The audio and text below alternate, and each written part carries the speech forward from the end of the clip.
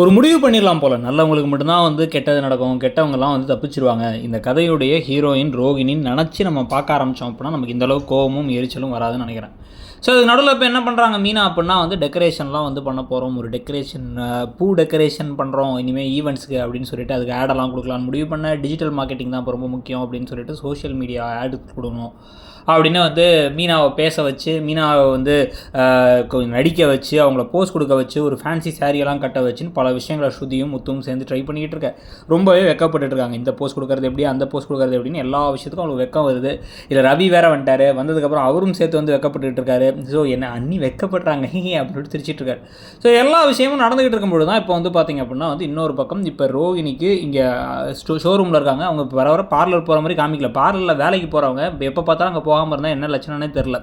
உடனே அவங்க என்ன பண்ணுறாங்க அப்படின்னா வந்து இப்போ மனோஜ் எங்கேயோ வெளில போயிடுறாரு. இப்போ இந்த இவர் கூப்பிட்டு சிட்டி மிரட்டி 2 லட்ச ரூபா காசை கொடுக்கலன்னா அவ்வளோதான், அவனை கொண்டு வந்து பாடியை கொண்டு வந்து அவங்க வீட்டு வாசலில் போட்டுருவேன் அப்படின்னு சொன்ன உடனே இந்த பணத்தை திருடிடலான்னு சொல்லிட்டு இந்த நேராக பார்வதி வீட்டுக்கு போகிறாங்க. அங்கே வந்து டான்ஸ் கிளாஸ் நடந்துகிட்டு இருக்கு. அங்கே வேறு அந்த ரதியும் தீனா வேறு ஐஸ் வச்சுக்கிட்டு இருக்காங்க.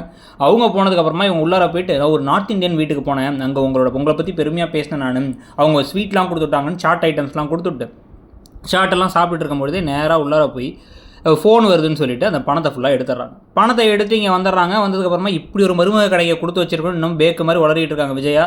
வீட்டுக்கு வரும்பொழுது இப்போ முத்துவும் மீனாவும் சேர்ந்து கப்புலாக ஃபோட்டோவுக்கு போஸ்ட் கொடுக்குற மாதிரி நிற்கிறத பார்த்து ஷாக் ஆகுறாங்க. இது எல்லாத்துக்கும் நடுவில் எப்பவும் போல் மீனா மேலே தான் அடுத்த வாரத்தில் பழி விழுது. மீனா வந்து அந்த வீட்டுக்கு போய் துணி மடித்து வச்சாங்க. எல்லார் வீட்லேயுமே துணி மடிப்பாங்க போல், அதனால் அவங்க மேலே பழி விழுது. அதை பற்றி நீங்கள் நினைக்கிறீங்கிறத சொல்லுங்கள்.